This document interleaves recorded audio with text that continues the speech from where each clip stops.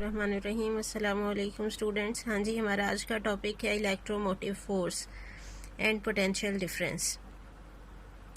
Electromotive force इसके नाम में चूँकि फोर्स का वर्ड्स आता है, इसलिए अक्सर स्टूडेंट्स एमसीक्यूज़ में अगर इसके यूनिट पूछे जाएं तो वो न्यूटन पे टिक कर देते हैं।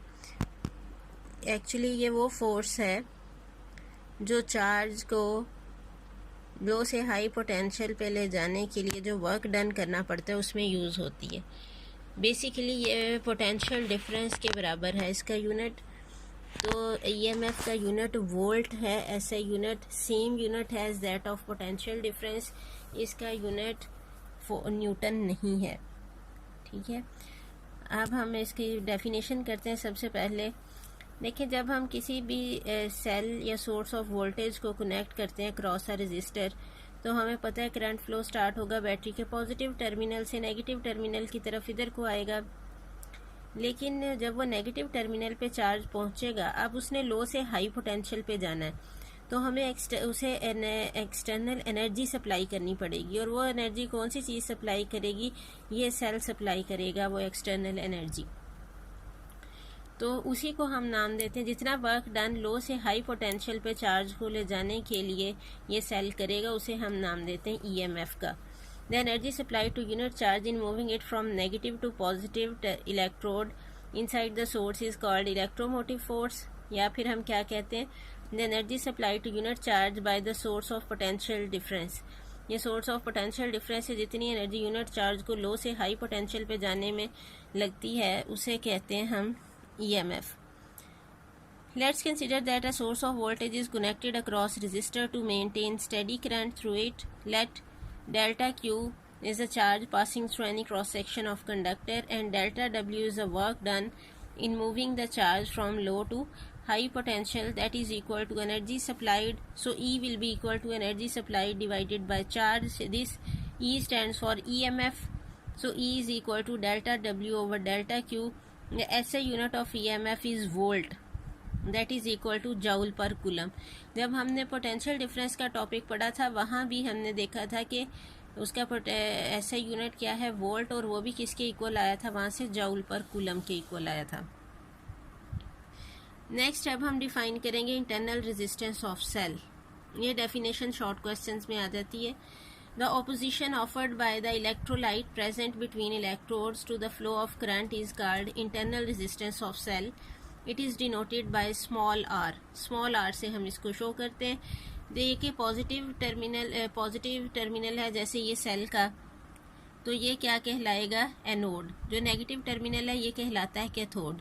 ये इन दोनों टर्मिनल्स के दरमियान सेल के अंदर जो इलेक्ट्रोलाइट सोल्यूशन होता है, वो जो अपोजिशन ऑफर करता है to the flow of current, उसे हम नाम देते हैं इंटरनल रेजिस्टेंस ऑफ सेल का, और उसे हम स्मॉल आर से शो करते हैं। बेसिकली जो एक सेल का कंप्लीट सिंबल है वो ये है कि हम एक लॉन्ग लाइन से एनोड को शो करते हैं, शॉर्ट लाइन से कैथोड को, और ये हम एक रेजिस्टेंस ड्रा करते हैं स्मॉल आर, जो इसकी इंटरनल रेजिस्टेंस है। और ये पूरा सिंबल किसका है?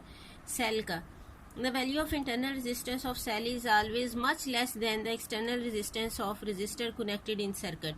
ये रेजिस्टेंस उसके मुकाबले में इतनी स्मॉल होती है कि हम फिर इसकी वैल्यू को निगलेक्ट कर देते हैं। हम कहते हैं R is so small that it can be neglected, फिर सिंपली हम सेल का सिंबल इसी तरह से ड्रॉ कर देते हैं, लेकिन एक्चुअली स्मॉल रेजिस्टेंस वहाँ पे प्रेजेंट होती है। नेक्स्ट ये डेफिनेशन शॉर्ट में आ जाती है टर्मिनल पोटेंशियल डिफरेंस की। अच्छा, अब आपने ये बात याद रखनी है जो हमने पढ़ा था पैरेलल कम्बिनेशन में, कि पैरेलल जितने भी कंपोनेंट्स कनेक्टेड होते हैं सबके क्रॉस वोल्टेज ड्रॉप सेम होता है। अगर यहाँ पे वोल्टेज जो है वो E है, equal to EMF of the cell, तो ये जो वोल्ट मीटर रीडिंग देगा ये भी क्या देगा? ये इसका पोटेंशियल डिफरेंस मेजर करेगा। इसी तरह जो रेजिस्टर के अक्रॉस वोल्टेज ड्रॉप होगा, that will also equal to the potential difference across these two terminals. The potential difference across the terminals of cell when current is flowing through it is called terminal potential difference. ये जो हमने register का symbol बना के इसके ऊपर arrow लगाया है, जब भी हम एरो ऊपर लगाते हैं इसका मतलब क्या होता है कि ये रेजिस्टेंस वेरिएबल है, यानी इसकी वैल्यू हम चेंज कर सकते हैं। इसी तरह अगर कैपेसिटर के सिंबल के ऊपर ये एरो लगा हो, उसका भी यही मतलब है कि हम कैपेसिटेंस उस कैपेसिटर की चेंज कर सकते हैं।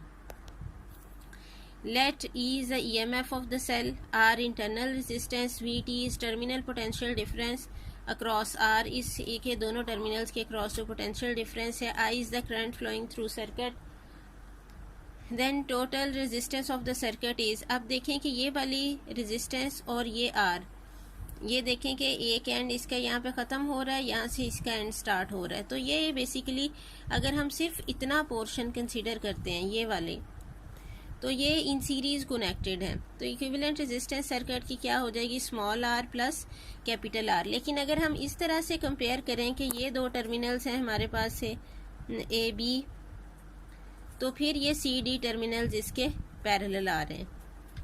By using Ohm's law V is equal to I R होता है, तो यहाँ पे V की जगह क्या है, सोर्स ऑफ वोल्टेज है, E M F of the cell is equal to I into R plus R, तो यहाँ से करंट किसके इक्वल आएगा, so I will be equal to E over R plus R, so E will be equal to IR plus I into capital R, cross multiplication कर दी हमने, ये R plus R इधर मल्टीप्लाई कर दिया, ये I इंटू स्मॉल r क्या है, this is the voltage drop across the internal resistance of the cell, और ये IR क्या है, एक्सटर्नल रेजिस्टर के क्रॉस वोल्टेज ड्रॉप है, that is the terminal potential difference.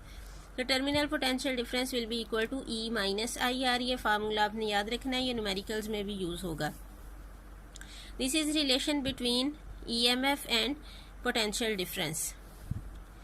If internal resistance of cell is 0, अगर हम कहेंगे सेल की इतनी स्मॉल रेजिस्टेंस है कि हम उसको निगलेक्ट कर देते हैं, then VT will be equal to E minus 0, तो फिर टर्मिनल पोटेंशियल डिफरेंस किसके इक्वल आ जाएगा, EMF के इक्वल आ जाएगा। अगर रेजिस्टेंस नॉन ज़ीरो हो तो टर्मिनल पोटेंशियल डिफरेंस हमेशा कम होगा EMF से, क्योंकि देखें जो EMF है इसमें से ये एक फैक्टर IR माइनस हो रहा है, ये कितना ही स्मॉल फैक्टर क्यों ना हो लेकिन इसकी वैल्यू E से कम हो जाएगी। If R is not equal to 0 then terminal potential difference is always less than EMF and it depends on factor IR। अब डिफरेंस क्या है EMF और पोटेंशियल डिफरेंस में, देखिए दोनों का यूनिट भी वोल्ट है। पहले हम सोर्स ऑफ वोल्टेज जो है उसके लिए पोटेंशियल डिफरेंस का वर्ड यूज़ कर रहे थे, सोर्स ऑफ वोल्टेज हम कह रहे थे पोटेंशियल डिफरेंस अप्लाई कर रहे हैं, यहाँ पे अब हमने EMF का वर्ड यूज़ किया। तो EMF में और इसमें फ़र्क क्या है, EMF is the cause and potential difference is it's effect. Potential drop कहाँ पे हुआ है, देखें रजिस्टर के अक्रॉस हुआ है, ठीक है, और EMF ने करंट फ्लो किया इसमें से, और इस ये काज है और ये क्या है, इसका इफ़ेक्ट है। EMF is present even if current is zero, but potential difference exists only when current is flowing। ये एक और मेजर डिफरेंस है इन दोनों के दरमियान। अब देखें एक सेल को आप सर्किट में लगा दें या सर्किट में से निकाल लें, या जैसे क्लॉक में सेल आपने डाला है या बाहर रखा है, लेकिन जितनी उसकी वर्क डन की एबिलिटी है वो उसके अंदर एनर्जी उतनी स्टोर्ड है। जैसे 1.5 वोल्ट होता है एक सेल की EMF, तो वो EMF उसकी मौजूद है, चाहे उसमें से सर्किट में करंट फ्लो कर रहा है या नहीं कर रहा। लेकिन पोटेंशियल डिफरेंस जो है ये सिर्फ उसी वक्त एग्जिस्ट करेगा अगर करंट फ्लो करेगा, तो क्योंकि हमने क्या कहा है, टर्मिनल पोटेंशियल डिफरेंस जो रजिस्टर के क्रॉस है ये IR के इक्वल है। अगर करंट ज़ीरो हो जाता है तो फिर कोई पोटेंशियल डिफरेंस वहाँ पे नहीं होगा। सो पोटेंशियल ड्रॉप उस वक्त होगा जब करंट फ्लो कर रहा है, EMF उस वक्त भी होगी प्रेजेंट जब करंट फ्लो नहीं कर रहा। यानी आप किसी सर्किट में सेल को लगा दें तब भी EMF होगी, बाहर निकाल दें तब भी होगी, लेकिन रेजिस्टेंस के क्रॉस